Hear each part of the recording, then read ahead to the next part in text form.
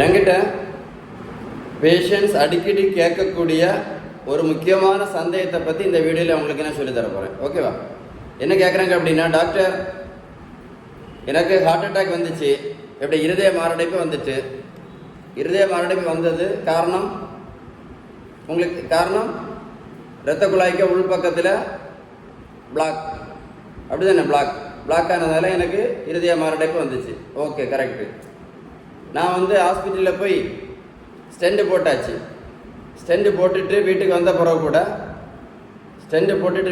பிறகு கூட நிறைய வருஷங்கள் சுகருக்குள்ள மாத்திரையும் பிபிக்குள்ள மாத்திரையும் கொலஸ்ட்ராலுக்குள்ள மாத்திரையும் இன்சுலின் ஊசியும் நான் ஒழுங்காக தான் போட்டுட்ருக்கேன். ஸ்டெண்டு போட்டுட்டு வீட்டுக்கு வந்த பிறகு 4 மாத்திரையும் இன்சுலின் ஒழுங்காக தான் போட்டுட்ருக்கேன். அப்படி இருந்த பிறகும் ஏன் எனக்கு ரெண்டாவது அட்டாக், ஏன் எனக்கு இரண்டாவது முறை ஏன் திரும்ப எனக்கு ஹார்ட் அட்டாக் வந்துச்சு, நான் ஏன் இவ்வளோ சீரியஸாக ஐசியூவில் படுக்க வேண்டிய நிலைமை எனக்கு வந்துச்சு அப்படின்னு கேட்டாங்க. இதுக்கான பதில் நான் உங்களுக்கு கரெக்டாக புரியுற மாதிரி சொல்லி தர போகிறேன். நான் அவங்களுக்கு நான் இந்த மாதிரி சொல்லக்கூடிய பேஷண்ட்ஸ் என்ன சொல்லிக் கொடுப்பேன் தெரியுமா? இப்போ தான் இந்த சயின்ஸ் உங்களுக்கு நான் சொல்லி தர போகிறேன். இந்த இரத்த குழாய்க்கு உள்பக்கம் பிளாக் ஆகுதில்ல, அடைப்பெறுதில்ல, அதுக்கு மெடிக்கல் வேர்டு அத்தீரோஸ்க்ளீரோசிஸ். என்னது? அத்தீரோஸ்க்ளீரோசிஸ். அதுதான் இந்த பிளாக் நம்ம லோக்கல் சும்மா பிளாக்னு சொல்லுவோம். இந்த மெடிக்கல் வேர்டுக்கு பேர் அத்தீரோஸ்க்ளீரோசிஸ். சரியா? இந்த அத்தீரோஸ்க்ளீரோசிஸ் வர்றதுக்கு முக்கியமான காரணம் என்ன தெரியுமா? இன்சுலின் ரெசிஸ்டன்ஸ் தான்.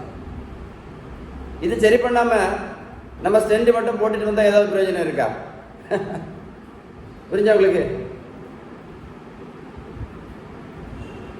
இதை சரி பண்ண, இந்த இன்சுலின் ரெசிஸ்டன்ஸ் சரி பண்ணாம நம்ம ஸ்டெண்ட் மட்டும் இதில் வச்சுட்டு வரதால ஏதாவது பிரயோஜனம் இருக்கா?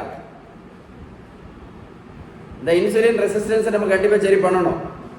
இது சரி பண்ணாமல் மாத்திரை போடுறதுனாலையோ இல்லை இன்சுலின் போடுறதுனாலையோ இல்லை ஸ்டெண்ட் வைக்கிறதுனாலையோ இல்லை ஏன் பைபாஸ் சர்ஜரி பண்ணால் கூட நிறைய பேர் 3 பிளாக்குக்கு மேலே இருந்துச்சுன்னா ஓப்பன் பண்ணி பைபாஸ் சர்ஜரி பண்ணுவாங்க.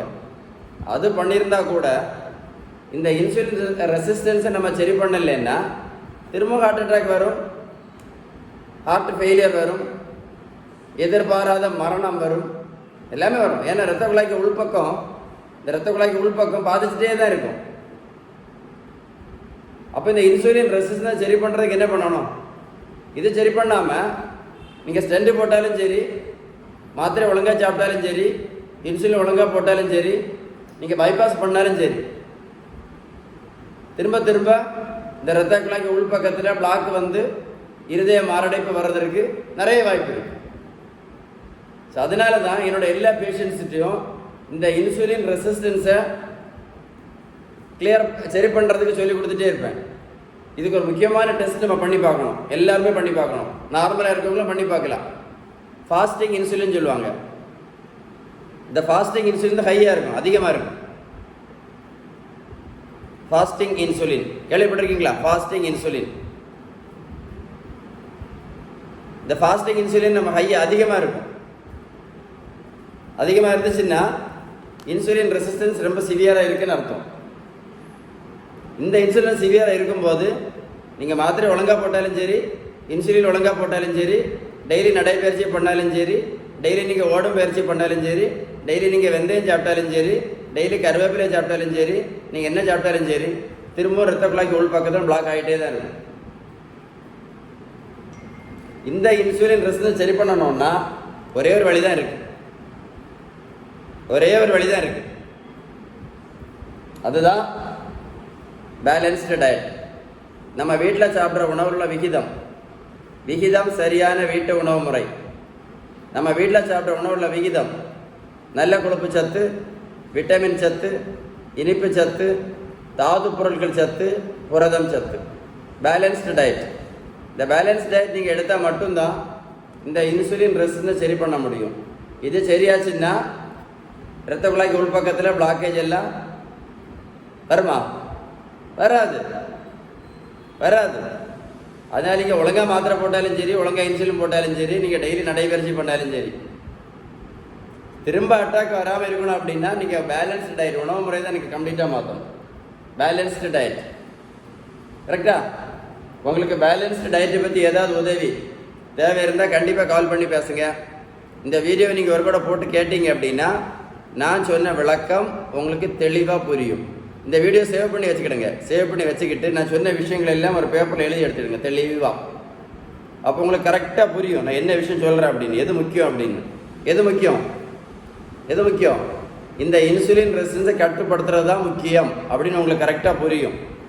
நீங்கள் மாத்திரை போடுறதோ, இல்லை இன்சுலின் போடுறதோ, இல்லை நடைபயிற்சி மட்டும் பண்ணுறதோ, இல்லை வெந்தயம் சாப்பிட்றதோ, இல்லை கருவேப்பிலை சாப்பிட்றதோ எல்லாம் கடைசி. முக்கியமானது இதுதான். இதனால தான் இந்த உள்ள பிளாக் ஆகுது. அப்போ இதை தான் நம்ம சரி பண்ணணும். இதை சரி பண்ணணும்னா ஒரு வழி தான் பேலன்ஸ்டு டயட். நம்ம சாப்பிட்ற உணவுல விகிதம் கரெக்டாக இருந்தால் மட்டும்தான் இதை வந்து நிரந்தரமாக குணப்படுத்த முடியும். இன்ஃபர்மேஷன் உங்களுக்கு இந்த மாதிரி நல்ல கண்டென்ட் வீடியோஸ் வேணும்னா என்னை யூடியூப் வந்து சப்ஸ்கிரைப் பண்ணி அந்த நோட்டிஃபிகேஷன் பெல்லையும் கிளிக் பண்ணுங்கள். ஃப்யூச்சரில் ஏதாவது வீடியோஸ் போடும்போது உங்களுக்கு கண்டிப்பாக நோட்டிஃபிகேஷன் வரும். அதை பற்றி பிரச்சனை இல்லை, விருப்பம் இருந்தால் மட்டும் பண்ணால் போதும். இந்த வீடியோவை உங்கள் நண்பர்களுக்கு கண்டிப்பாக அனுப்பி கொடுங்க. குறிப்பாக சுகருக்கு மாத்திரை, பிபிக்கு மாத்திரை, கொலஸ்ட்ராலுக்கு மாத்திரை, அப்புறம் ஃபேட்டி லிவர் பிரச்சனை, இந்த மாதிரி இருக்கக்கூடிய உங்கள் நண்பர்களுக்கு இந்த வீடியோ நீங்கள் அனுப்பி கொடுத்தீங்க அப்படின்னா இந்த இன்சுலின் ரெசிஸ்டன்ஸ் பற்றி அவங்க ரொம்ப தெளிவாக தெரிஞ்சுக்கிடுவாங்க. இதான் என்னுடைய ரிக்வெஸ்ட், வேறு எதுவுமே இல்லை. விருப்பம் இருந்தால் ஷேர் பண்ணுங்கள். யாருக்கா ஹெல்ப் பண்ணணும்னு நினச்சிங்கன்னா ஷேர் பண்ணுங்கள். ஓகேவா? Stay tune.